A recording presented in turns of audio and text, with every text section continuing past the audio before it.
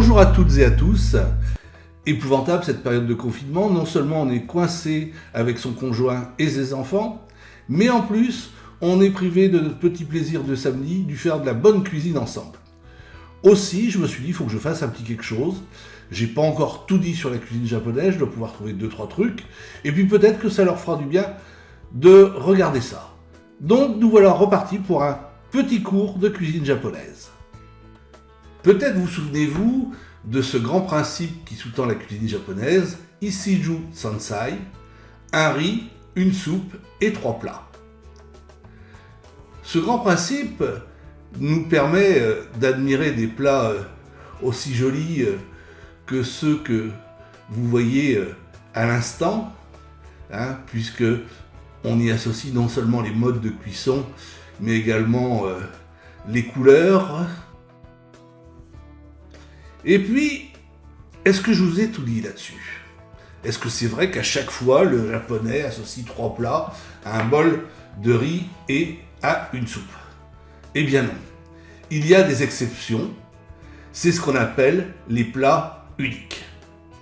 On va en voir un exemple tout de suite après, et on va bien le détailler. Il s'agit du donburi, qui vient du mot bol.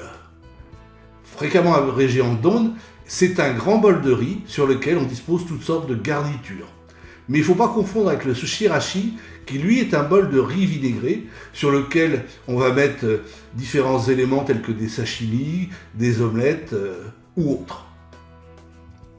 Plusieurs sortes de donburi, l'okyadon au poulet, le gyudon au bœuf, le katsudon au tonkatsu, qui est du porc pané et frit à la japonaise. Le kimuchidon, qui est un bol de riz surmonté de kimchi coréen bien épicé. Le tekkadon, avec des sashimi de thon. Et le sakedon, sashimi de saumon. Enfin, dernière variété, le tendon, qui est un donburu avec de la tempura, cette fameuse friture japonaise. Testons maintenant l'okyadon, qui signifie en réalité parents et enfants, car ce plat est élaboré avec du poulet, le parent, et des œufs, les enfants. De quoi on a besoin pour réaliser ce plat ?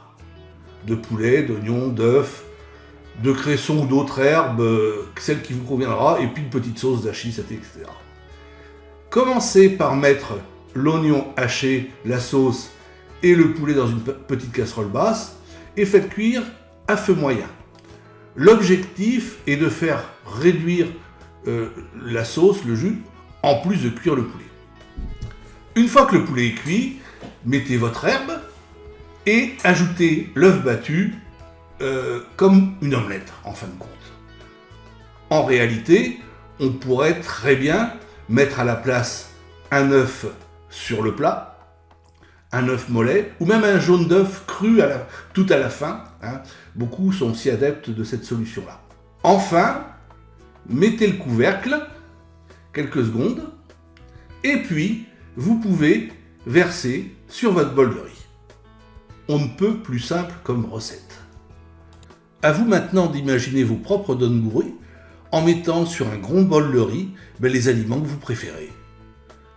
Bon courage, à bientôt!